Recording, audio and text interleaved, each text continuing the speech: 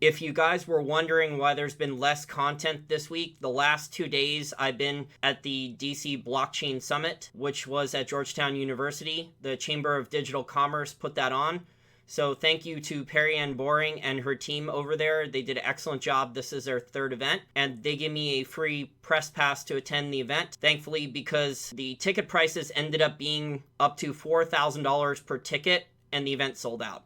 So obviously, Bitcoin and blockchain and all these different altcoins and cryptocurrency are becoming very, very popular.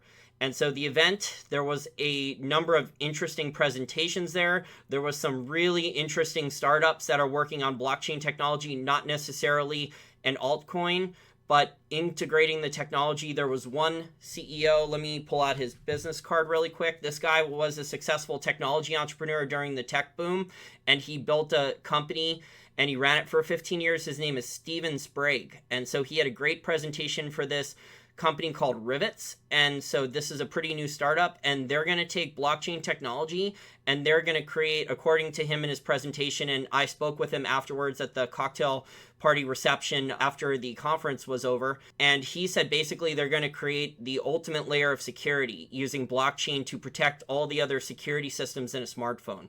So we'll see exactly how well he pulls this off, but it's a very interesting business plan. There was another company, pull out the other business card here, called Exchange Union. And so they presented another startup, and they're saying sometime in 2019, they're going to have the technology using both Lightning Network and atomic swaps, and it's going to allow all the cryptocurrency exchanges all over the planet, so you don't have to sign up for all these different cryptocurrency exchanges. You'll be able to sign up for just one exchange, and it will integrate with all the other exchanges using Lightning Network and atomic swaps, and it will allow people in different countries to trade different cryptocurrency pairs. So we'll see if it gets executed. It's a very interesting business plan. It's a pretty new company, but they have some really exciting plans. So we'll see what happens, and if they can deliver sometime in 2019, we'll see. And besides just startups that were presenting there at the conference, there was also representatives from large corporations who have basically entire divisions now for blockchain. So there was IBM represented there. There was Cisco people who were presenting, and there was also the other large company was Microsoft. So there was executives there from other large technology companies like Accenture and others, but the ones that just presented and spoke were those three technology companies. So blockchain technology is not going away. So even if a large percentage of these altcoins and cryptocurrencies do die or become zombie cryptos, the technology is still going to survive.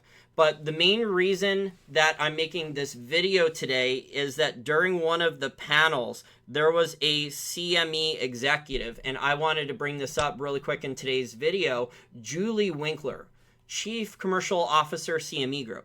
And so she was talking about the Bitcoin futures contract, and I really can't believe she said this. She must be brainwashed or drinking her own Kool-Aid. I'm sure she's making a lot of money to say this. I really hope she doesn't believe this is the truth.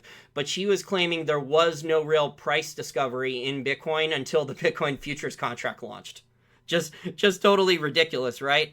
It's really amazing that she would say something like that. And she said these panels and interviews were recorded, and so eventually they will be up, and I will get you guys a link. Probably they won't be up online on this website, the digitalchamber.org. They won't be online probably for at least a week or two, but I'll get you the link when it's up. You can check on your own if you want, for those of you who didn't attend the event. But she said that many of their institutional trading clients and hedge funds actually asked for cash settlement for Bitcoin futures contracts, and they preferred it over actually being forced to get the Bitcoin on the futures contract.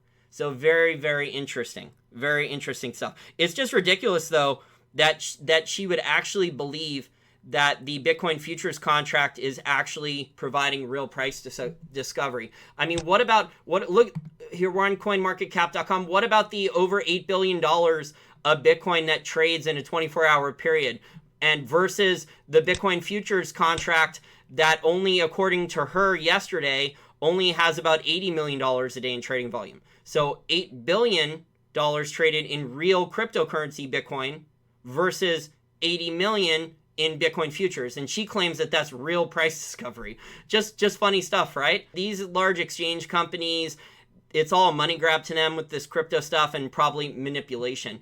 But that's something else I wanted to talk about. So I did a little bit of work to this Bitcoin chart. And so the first Bitcoin futures contract started trading on Sunday night, December 10th, 2017. That's right around here. And basically a week later, so the futures contract initially caused a big spike. It went up from like 13 or 14,000 all the way up to just under 20,000. And that could have been the pump. And then the dump just started after that.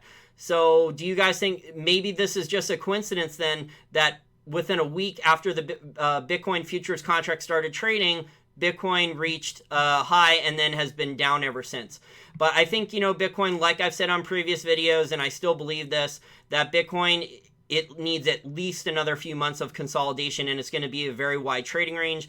Bitcoin broke below $9,000 again. So we're going to see, a pretty wide trading range for a while. I think I said a couple weeks ago in another short video between 8,000 or so and around like 12, 13,000 for a while. So it could be at least another few months, maybe longer, for Bitcoin to repair that chart damage. So do you think it's a coincidence that within a week of Bitcoin futures contracts starting to trade, that the Bitcoin price made a high and then has been down, down, down ever since? The other thing I wanted to bring up, and maybe this is all not, maybe the Bitcoin price have it crashing or having a large correction depending upon which camp you're in. Maybe it's not all because of the Bitcoin futures contract. The other thing is, did you guys see this article from Zero Hedge yesterday? And this is a bankruptcy trustee for Mt. Gox. I'm not going to try to pronounce his name. I'll just attach a link to the article. And it was disclosed on Wednesday that since late September of 2017, he's been selling Bitcoin and Bitcoin Cash around $400 million of both cryptocurrencies to raise cash to pay off the bankruptcy trustees for Mt. Gox. So very interesting stuff. Anyways, that's all I really wanted to talk about for today in the short video. Just very interesting that a CME Group executive is claiming that there is no Bitcoin price discovery until the Bitcoin futures contract launched, and yet the Bitcoin futures contract only has $80 million a day in trading volume compared to over $8 billion a day in normal regular Bitcoin trading volume. Pretty funny. And obviously there was no question and answer session in this panel, but I was like snickering at that. So I was telling my buddy Louis Camarsano over at Small Gold, I sent him some direct messages on Twitter while she was talking about this. I couldn't believe that she was talking this ridiculous about how there was no price discovery in Bitcoin until the futures contract. So what do you guys think about this hubris from the CME Group? Probably the same type of comments that you would get if you asked them for gold and silver paper futures contracts and cash settlement. And it's very interesting too what this Julie Winkler lady disclosed about how her institutional trading clients and the hedge funds, the high frequency trading guys and the regular hedge funds, actually did not want to settle in Bitcoin. They wanted cash settlement. So why do you guys think the institutions and the hedge funds and other guys were asking specifically for cash settlement? Easier to stay liquid, easier to manipulate? Just get your thoughts below this short little video.